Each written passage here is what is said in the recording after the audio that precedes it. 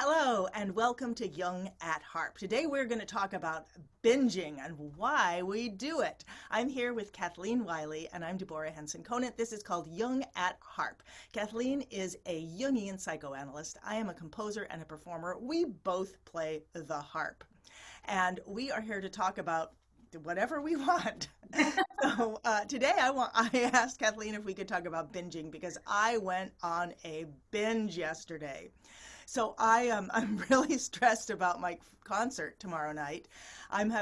For the first time, I'm going live. I'm going to be live in a theater since the pandemic began. And I was talking to the tech people about, how we're going to protect the audience and how we're going to protect me. And, that we just found out this week that I can't sing on stage. And so how we're going to deal with that, because singing is a huge part of my show. Am I going to go backstage? Am I going to be wearing a mask when I do that? Who's going to do that? So I came off the phone just completely stressed, and immediately binged. I made sweet potato, like potato chips, and I ate them with ketchup, and then I sat on the couch, turned on a Christmas movie series I didn't even like, and just zoned out. That was it. So that was a pretty classic binge there, huh? Mm-hmm. Sweet potato fries. And I didn't fry them, but they were like fries. I mean, they still had the same effect. They were actually pretty good, honestly. I cut up a sweet potato and I put it in the microwave, and actually, it was pretty healthy, but it was still clearly binging. I mean, it was just like. Yeah, so maybe part of what you're saying is even though the food itself might not have been a bad food, that you were binging because you really weren't physically hungry. You were eating because you were stressed. Yeah. And, I often say that stress is a fancy word for fear. We like to talk about being stressed because somehow it just seems nicer than saying we're afraid. But the stress response in our body physiologically is a fear response. It's an anxiety response. Well, I want to hear much more about that. And I want to say that as far as I can tell, everything is a fancy word for fear. Overwhelm. But anyway, am I kind of right there?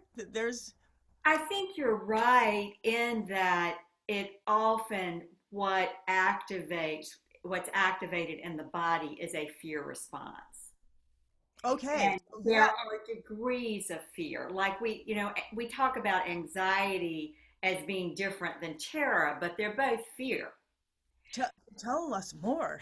Well, the difference is the intensity of the response and how the intensity of the response, how automatic and unconscious and reflexive one's action is, and the degree of the threat. The threat for you. Do you want me to pause? I'm having a revelation. I'm thinking, Yeah. right. If someone had a gun to your head, you wouldn't be binging. You wouldn't go and binge on sweet potatoes. You would do something different, but you might go binge on sweet potatoes later, maybe. Afterwards. To decompress. Part of what we do not allow enough acknowledgement of in our culture particularly is the principle of compensation, that everything exists with its equal. So you had this intense conversation with the tech person, feeling into all of the variables for tomorrow night's concert. You were probably hyper focused, and like 110% of all of DHC's energies were right there. And so that has to be followed by a compensatory period of no energy being there. And we have a really hard time of just letting ourselves say, I need to be mindless for a little while. So how can I be mindless in a healthy way? So we end up doing binging, compulsive kinds of behaviors that are mindless. That's part of what constituted your binge yesterday is you went mindless. You put on this program you didn't even like, but you zoned out. You went mindless. Well, that's really interesting, Kathleen, because I used to have two things. One about losing my keys and then just mindlessness. So I used to lose my keys all the time. And I wondered, why did I do that? And I realized it was the only time I got to just like kind of walk around mindless, which I enjoyed. And then I used to have these fantasies that there would be a park, and I could go into that park and I could forget everything, like everything. I could forget that red means stop and green means go. I could forget that don't run with sharp objects. I could forget everything that's ever been put into my head, and I could just be there, and there would be a timer and a piece of and a note in my pocket.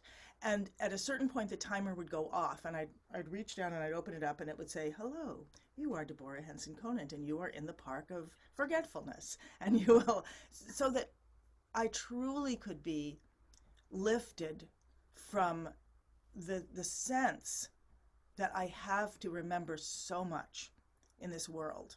And I just realized that's also one of the blessings, the blessed relief of performing. Mm-hmm. In the middle of performing, I don't have to remember anything, but just be present. Be present. Yes, yes, and so I'm thinking as we're talking, maybe there's a better word than mindlessness because I do believe kind of what is needed in that compensation is a mindful letting go. So mindless might not be the best choice of words there, but what we're talking about is not having to think, not having to feel we're in charge, not having to always be organizing, feel as if we're managing, but really dropping into more of a being state, which is often I think of meditation, and the goal of meditation is getting one into a being state. And that mindfulness actually has a lot more to do with the being state than the thinking state. Yes, and I'm wondering, I'm thinking about the binging thing too as well, is if it feels as if I'm being taken care of, Ah, yeah. which is which is an ability to sink into that. Well, for all of us, food is comfort. And food is one of the first comforts we have as an infant child. Being held, being fed, being changed when our diaper's dirty. I mean, these are the basic pleasures of infancy. Right. And the generosity of it, in the sense that we are being given to, and we're, yeah, being taken care of. I don't know why it reminds me of when I was 7. I fell out of a tree, and I just really just I was just all, anyway, I fell out of a tree, and I think I had to walk home like this because I couldn't even put my arms down. And I remember just being stoic and getting to my house, walking up this long driveway, and then my mother opened the door, and I just lost it. I just burst into tears, and I think I may live life that way sometimes, like I'm walking, like just holding on and holding on and holding on, and then in a moment, just looking for a moment when I can. Um, and I hear you about meditation, and I just have to admit, meditation is not as much fun as binge eating and binge watching. I'm just gonna say that right here, at least the way I do it. Why? Why is it more fun for me to binge eat with anything with ketchup and and uh, like have that.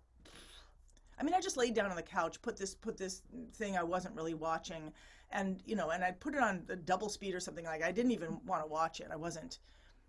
And why is that so much more fun for me than meditation? Well, it may have something to do with that you associate that with being comforted, and you don't necessarily associate meditation with being comforted. Also, the binging gives a much more immediate kind of distraction from the feeling of overwhelm or anxiety or stress. Hmm. Whereas meditation actually requires being present with it and dropping down below it. So I think that that's it. There is a mindlessness in the binge that isn't there with the meditation, which requires a mindful being and a letting go. Right, right. It's almost like I'm a little kid saying, I will not take care of myself. Like, I will not do that. Yeah, and sometimes we get into those places, and there is this, it is a whole interesting mechanism how unconsciously the destructive energies can interfere with our doing the very thing we know it's the thing we need. And, one of the things that we all have to figure out a way to get to know are the destructive energies in us, because we all have them. I mean, Freud talked about it as the death instinct. Jung says everything exists with its opposite, so the impulse to creation exists with the impulse to destroy. They're traveling buddies. We see it in our body with metabolism, you know, Oh, with I mean, we tear things down, we build things up. Destruction, creation go together. And, you were in a high created period yesterday. So if we play with it with that paradigm of the opposite, then what needed to follow was some kind of destructive energy expression. But we don't ever talk about how do we do that creatively. Maybe the mindless thing that would have really shifted your energy would have been to have gone out and dug in your garden. That doesn't require a lot of thinking or focus. Maybe not. no, I mean, maybe there's something, there was definitely something fun about, the, incessant eating of, these huge chips with, ketchup. I'm disturbed because my other computer there is just making lots of noise. I don't know if it can be heard, but anyway. So there was something fun.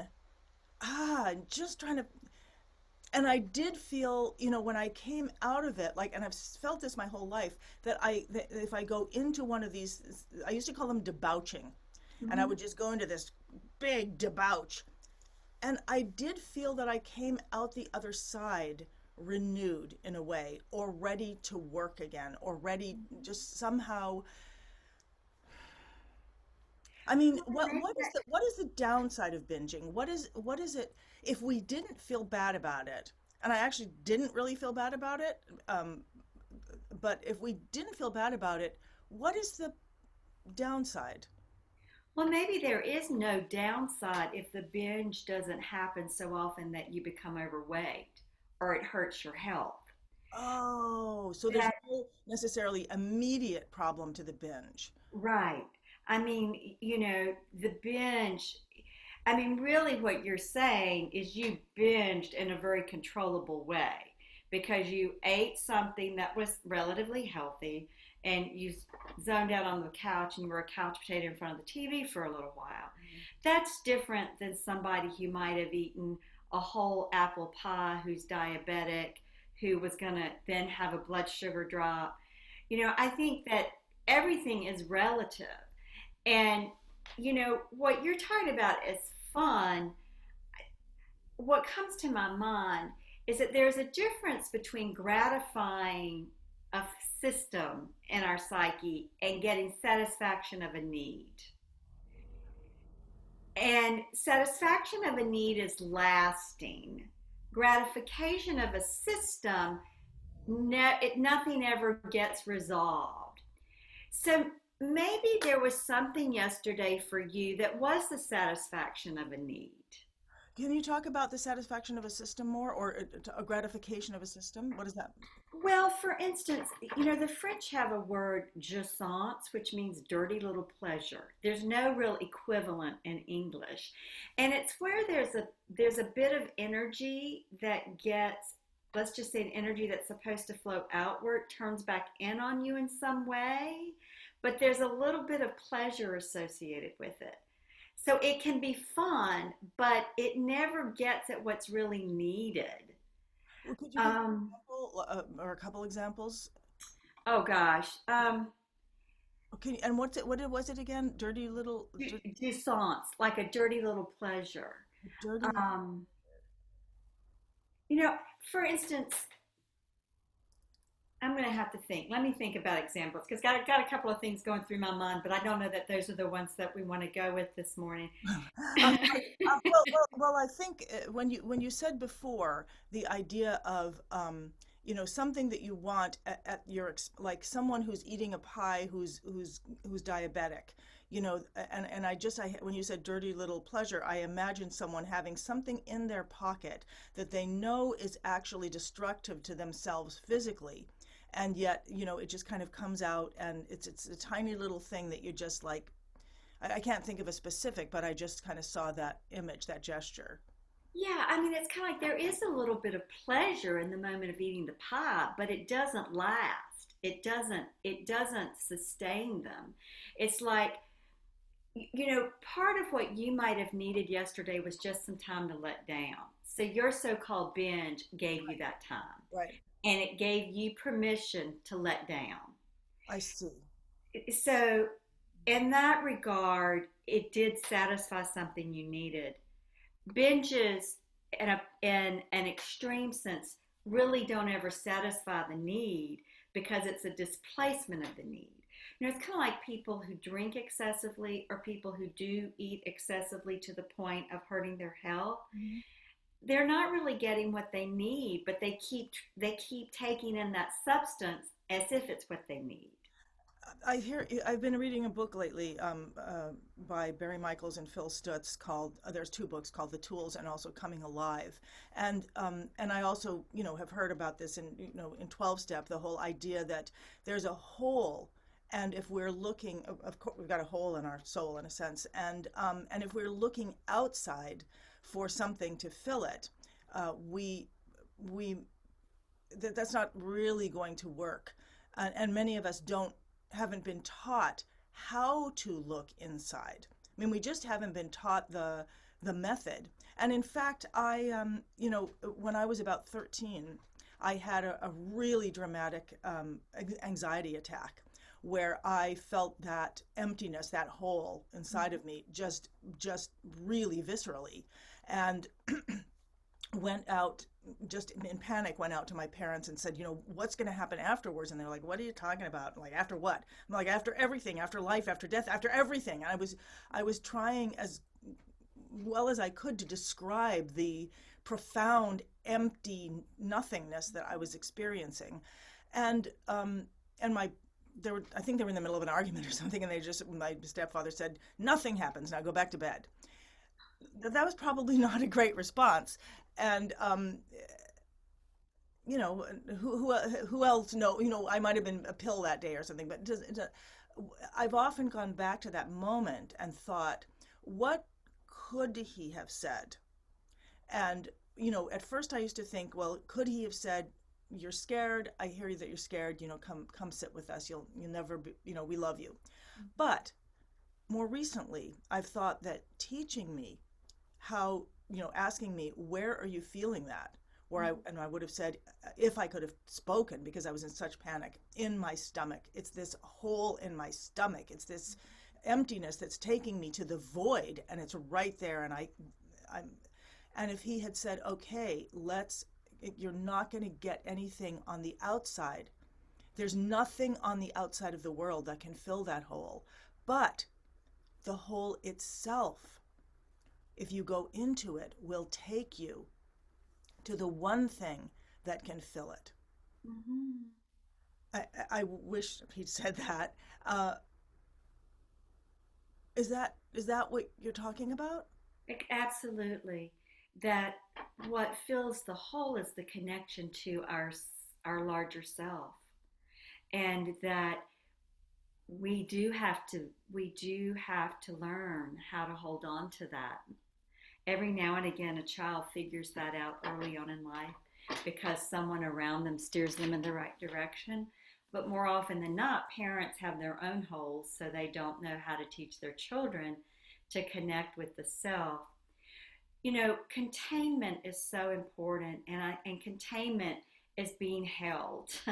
And our skin contains us.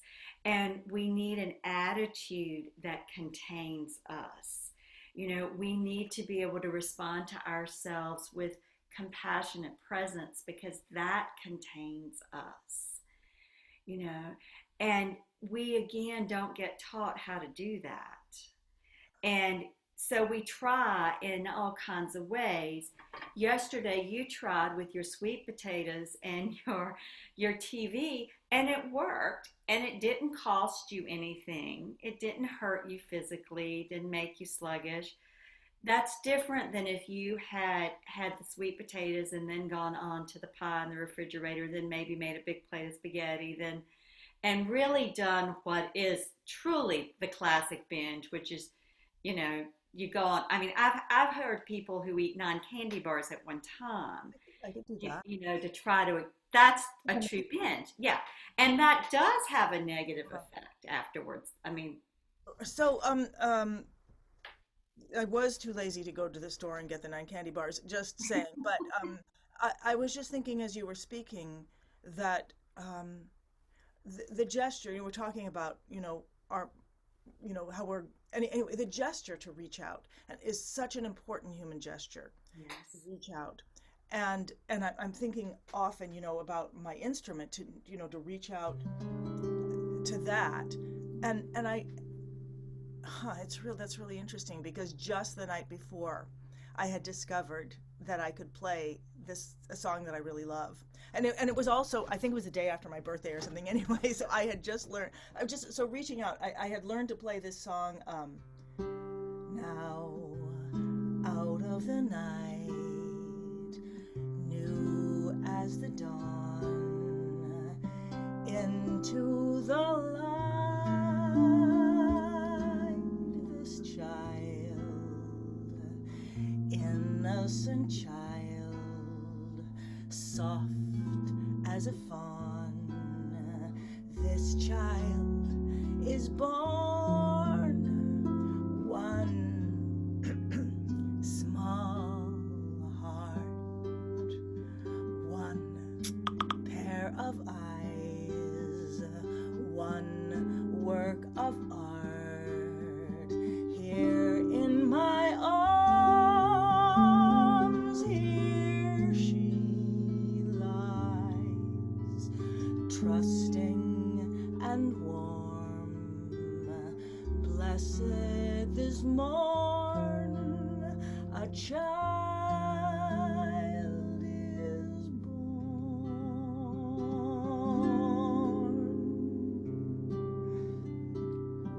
And I've always loved that song. And beautiful. I was playing around with those chords and realized that in a way I was reinventing that song for myself. I was taking myself to that song. And for hours I played that song over and over and over again. And whenever I got to this part, one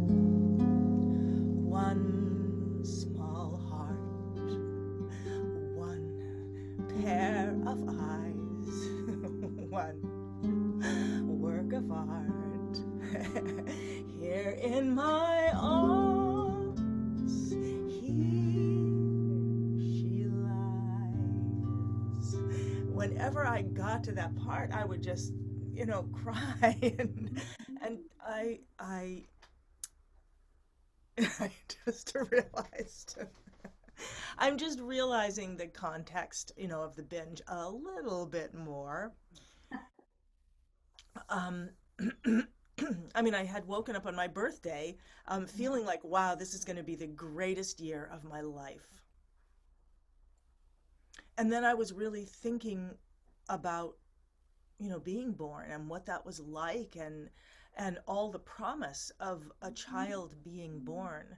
And then what happens, the disconnect that happens, the promise of connection, the promise of the world, and then the discombobulation. Yeah, it's really a beautiful, beautiful song. It's just fabulous. But you led into the song talking about the reaching out. Right, reaching out to the instrument, yes. Reaching out to the instrument. And infant toddlers naturally reach out. They put their arms like, take me. We have a new puppy. She does the same thing. She jumps up on, she puts her arms out like, take me, pick me up, love me. And you know we too quickly sometimes learn to not do that because we get rebuffed, or we get shamed for reaching out, or we get ignored, or we get told to go back to bed. I mean, and um, and it's through no fault of anybody's. I mean, the circumstances make some of these things. Um, Life isn't always easy, and there's a lot, as we know even today, to deal with. So that power of the preciousness of life, and the preciousness of that young child, and us all the time reaching out to us to be held, to be comforted, to be seen. I mean, in truth, what any of us need when we're scared, overwhelmed, stressed, whatever word we want to put on it, what we need is, we really need to be able to reach to that part of ourselves and say, it's all going to be okay. We don't have to figure this all out. We're not in charge. It's all going to be okay. And sometimes we need somebody else to say that to us. We need somebody else who can hug us and say, it's going to be okay. This is all going to go. It's a live show. It'll be a live show like every other live show. Something will happen. We'll deal with it.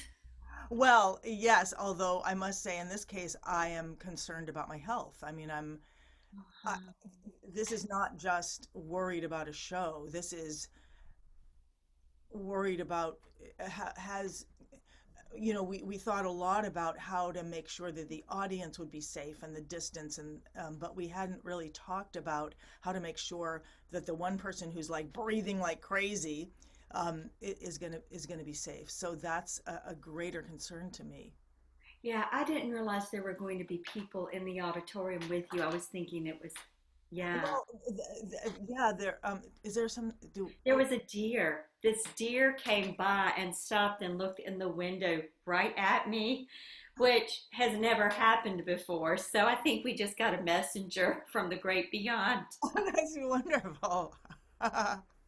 Yeah, she stopped and she just looked in the window, and we had eye contact. So I Well, she probably read the Facebook message that said that we were going to be being at Harp. think she showed up. I forgot my phone, but I'm just going to be there live. Yes, there's going to be there's going to be a very small live audience, because we found out after we scheduled the concert that the guidelines had changed, at least temporarily. And so we opened it up, and, like very little, like less than 20% of the audience seats. But I hadn't thought about, and then we found out that I can't sing on stage. So in order to sing, I'm going to have to go to through the part of the theater to someplace. And then, but I hadn't thought, there's going to be other people. Anyway, we just hadn't thought through the whole safety of me doing that, because this is the first time that there's been a live audience and a live performer in this space since the pandemic started. But you will be the only singer. That's correct. Okay. That's right. I'll be the only singer. And I hadn't thought about the fact that singing puts out, I mean, I knew that singing puts out, but we're also breathing in without a mask when we're a singer. And so there's that as well. So anyway, that was, how do we get back to that? I wanted to, this idea of reaching out and reaching in. So, and why it is different when we're reaching out to someone else or something else. So I certainly wasn't taught at this moment of anxiety as a child how to reach in, but I was taught every single day how to reach out, whether it was reaching out to an instrument, which has been, I'm really glad I was taught that, because I can sit down and reach my soul through that. But I certainly wasn't taught to do that through meditation or through imaging the fear and the hole that the fear creates and moving into that. So can you talk a little bit about, I mean, what's the difference between reaching out and how can we, I mean, they say that if you look into that emptiness, it will stop being empty. You'll realize it's looking back at you. And yet there's something about the human, the touching. I mean, this isn't human, but, it does touch back and sing back.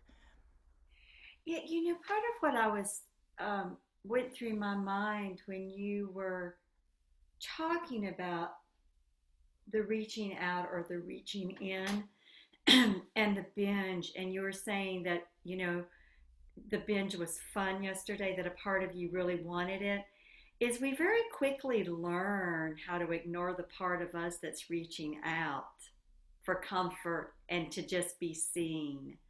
I mean, the beautiful thing about the expressive arts, whether the expressive arts instrument is a literal instrument like a harp or a drum or the fiddle, or it's painting or it's drawing or it's creating a collage, is that those are tangible ways of bringing out into the outer world what's going on internally that we can't see and we may not have words for. Because like when you were 13, you really didn't have the words to convey what you were feeling. We often don't. Maybe yesterday you didn't really have the words to convey what you were feeling. I mean, you knew you were stressed, but that's like a tumbleweed. There's a lot in there. And so sometimes what we need is an outer world. We reach to something in the outer world that can mirror back to us what's happening internally in a way that it is contained and we can then see it and begin to relate to it more consciously. So music is a beautiful vehicle for that. So as you say that, I'm thinking of the myth of Pygmalion, where the artist is creating an other, but like really creating an other to fall in love with. And it sounds like what you're saying is when we express ourselves, even if we're, with our bodies doing it, we're creating an experience of otherness. I don't know if I'm getting that right, that we can then communicate with. Right, and it's an expression of otherness that's an aspect of us, but it gives us a way to relate to it. It gives us a way to reach out to it, and it reaches back to us. Oh. The source of a lot of binges is an emptiness that is like a tumbleweed. There's so much balled up in it. People really don't know what they're feeling. They just know they feel hollow and uncomfortable. So what I'm hearing you say is that we have only learned a tiny ways to reach out to ourselves. Like when we binge eat or when we binge watch, it's the gesture of reaching out, of having another, like, here, let me give you these sweet potatoes, or here, watch this. And we just haven't learned, or it didn't occur to us to reach out to one of the other myriad ways that we could be reaching the other of us to us. Right. So we talked about the shadow last week. Mm-hmm. Does the shadow come in here at all? Is that the other? Is that part of the other? Well, the shadow is our personal unconscious, and we all have a personal unconscious, and it's always with us. So you had a conscious idea about your binge, and then there was an unconscious motivation for it. So those two things are traveling buddies. We also have an idea about what we're doing, and then there's an unconscious reality of what we're doing. And so there is always another side, again, the principle of compensation. So one way we might say it is whatever is in the hole that once you go down, you really find yourself, that's shadow. So We consciously know the whole. I'm sorry, we consciously know the whole, meaning HOLE, the emptiness, but the shadow is the self that's underneath that. That if we drop down deep enough, we find ourselves. We find the part of us that just wants someone else to take care of it. I can't I can remember when I was buying my house and someone I had a conversation with someone who was offering to help me in a way. And I did not need that in the outer world, nor would it really have been a good thing to accept that the help that was being offered. But I said to a friend of mine who just happens to be an analyst, I said, but a part of me just really wants a daddy to take care of me. And that part of me really wants to say yes, you know? And it's like being able to consciously acknowledge that, which had it stayed in the unconscious, I might have said yes to something that really would have made a mess. right, and we've And talked. I could consciously say, yeah, this feeling's here. So we've talked about that in terms of talking about the path to change is awareness, process, and relationship. And it sounds like that was an awareness, was what you Yeah. just talked about. Yeah. And it's also sounding to me like one way to my shadow self could be through that, especially if I find something that breaks my heart when I'm doing it. And so that when I come back to this line, one small heart, one pair of eyes. I just think if I come and that I could come back to that over and over. And I remember being at that time of my life, also around that time when I experienced that first attack of fear. I remember having thoughts that would bring me to tears and thinking, don't think those thoughts. That's unfair. That's not fair. If you can't cry without thinking that, you shouldn't be crying. So I was actually, trying to manipulate myself to, but what I'm thinking is that now I do want to bring myself to tears. I do want to go to that place.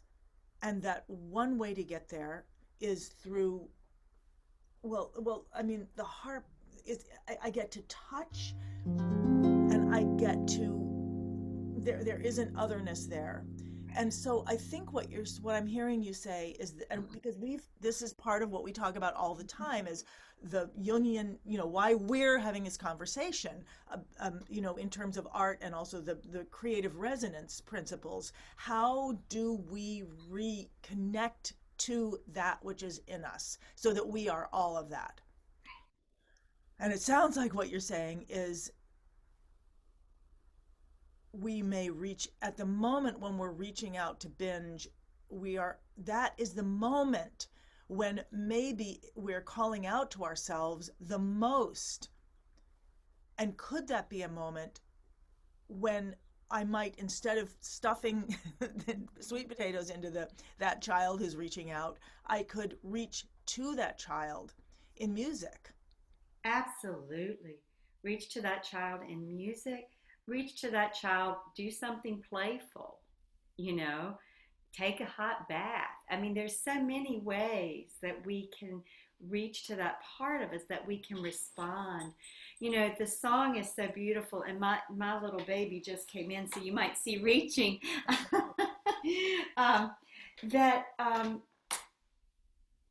the song that you're singing about, that one life, that one heart, those little eyes, it just really is a beautiful honoring of that young, vulnerable part of us that is just pure life, and just showing up to be who they are and to be with us, and to really honor that in ourselves. We don't like to acknowledge our own need. We don't like to acknowledge our own neediness, that we need each other. we need comfort. We need reassurance. We need to know someone's got our back. You need to know the people at the theater have your back. They're going to help you stay safe. Right. And often the things that we do that are seemingly fun but have a little destructive tinge to it are because we really don't. Our need shows up and we say, go back to bed. Leave me alone. I don't want to have to deal with that. And it feels easier and fun to go with the binge than to respond to the need, because to reach out to get our need met, either with ourselves or other people, means we're going to have to go against all the historical experiences from when we did that. We got ignored, rebuffed, slapped, shamed. So what makes it hard is that somewhere there's this filter from historical experience that says you can't do that. Oh my God, something might happen. So we go do the fun, easy thing. Well, I'm thinking as we're talking, I'm thinking about also the flavor that in this chord. There's this flavor, and there's this flavor in the sweet potatoes with, ketchup on them. There's this amazing sense of, I'm just going to say it again, flavor that I fear that I won't get. Like I was thinking, well, I could have called somebody up and, just bitched about it. But that wouldn't have taken me, that wouldn't have, and it wouldn't have had the flavor of the richness of bringing something in. Right. And I'm wondering, if I could have cuddled with somebody for a while, maybe that would have brought the flavor of a human voice, the flavor of comforting sounds. But that's not possible right now for me. I haven't been hugged in months. 7 months probably, because I'm not in a relationship and we're in a pandemic. So I'm thinking about how, I don't know, I'm just thinking about that flavor too. And again, we're just wondering. Well, I think what you're saying is that the flavor is connected to a sensory experience. Right, yeah. And it is true that our physical senses need to be satisfied. And if we go back again to the infant child, the satisfaction for the infant child is all through physical senses. Right. Being held, Yeah. being fed, the smell of mother and the familiar smells, the sounds of the voice, the sounds of the instrument. It is all physical. And so so much of what we do in our culture today it doesn't involve the flavor of the physical senses. Right. And so it makes perfect sense to me that if I'm wanting that the choices that I made were actually very rich choices. Right. And so having the richness, like having a conversation with a friend on the phone where you were sitting in your backyard amidst the flowers and in the sunshine, if it was a sunny day, right. having your favorite cup of tea might have gotten you to the richness. But just standing in the living room calling and bitching wouldn't have. Right. So that there is something of the sensory pleasure. Right. And thank you. I mean, I feel like one of the things that I just got to in this conversation is bringing back to creative resonance, which is, creativity. What does it get you? It doesn't really, I mean, people are always saying, you're one of the most creative people I've ever met. And I'm like, great, so what? But what it does is create a richness of experience through engaging with things, my instrument or other things. And you're just making me realize that's something that I can proactively add more of in my life. And I can even add it to this experience that I'm anxious about. I'm anxious about what's going to happen tomorrow and, health-wise. And I'm not sure how to add richness to that, but I can, go just be as prepared as possible. I'm not really sure. how to go into a possibly unsafe situation. Mhm. I mean, nobody's being unsafe. I just haven't been there. We just haven't done it before. And there's enough going on in in their lives and my lives that we can't, we haven't worked out a plan yet, an exact plan. For me, for the audience, absolutely, the plan is very clear. Right. And they'll all have on masks. All of the Yeah, people around you will have on masks. yeah, right. But But it's hard to sing with the mask on. yeah, correct. Like that, yeah. But anyway, we'll figure that out. I think what I'm really getting out of this is that just happened to be the trigger. It was the trigger at the moment. It was the trigger in a period of time, you know, that will be over at some point. But what we're looking at is when anything happens that we feel unsafe, for whatever reason, which can happen a million times a day, at some point we might just need to be mindless and feel that we're taken care of. And sometimes we will reach out to binging. And that may or may not be a problem, depending on how you do it. And I'm also hearing that we need the richness in our lives and that we can do that proactively. I Yes. don't have to wait until I'm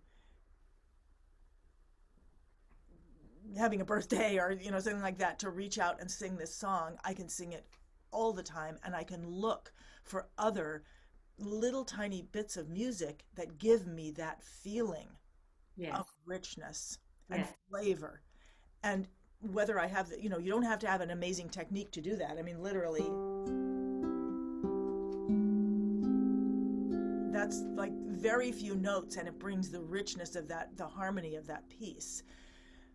There may be other ways in my life as well that I can get that richness. I don't have to be Picasso to play with art. I don't have to be Isadora Duncan to move my body.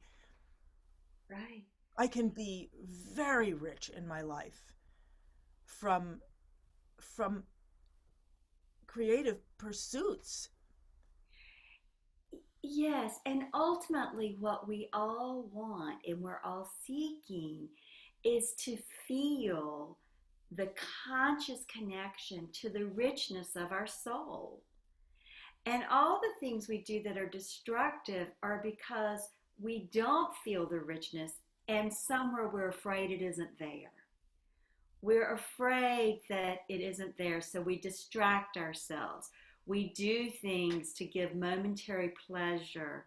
But what we really are after is the satisfaction of the richness and the fullness of our whole self. And reaching out, whether it's to the harp or another instrument, or reaching out, sometimes I bake, I love baking, or reaching out to my little puppy or your cats, or, reaching out to just meet the deer who happens to show up, consciously. Those are the things that allow us to feel the richness of our own soul. Yeah, and as you were saying that, I thought it's something I've never done before is reach out and just ask someone to sing to me. Wow, yeah. Not as an operatic singer, not as a performance, but as a human way of sound. Yeah, but isn't that something our mothers, I know your mother sang to you, my mother sang to me. I Right. still sing these old Baptist hymns that I think the theology's so bad, but they give me comfort because they take me back to being with my mother, who, when we sang them in the car together, you know, um, sometime in the last couple of weeks, John came home one night and he said, "Will you play the harp to help me settle my mind?" I immediately sat down and played. I hadn't played the 3 nights before, but we can reach out and ask, and we can ask people we're with, and if we're not with someone, we can ask ourselves. We have a lot to bring, to offer ourselves in those moments where the emptiness hits or the overwhelm hits or the fear hits, but we have to remember that. We have to remember, because often what happens is the moment the fear, anxiety, or overwhelm hits, people feel as if that's all there is.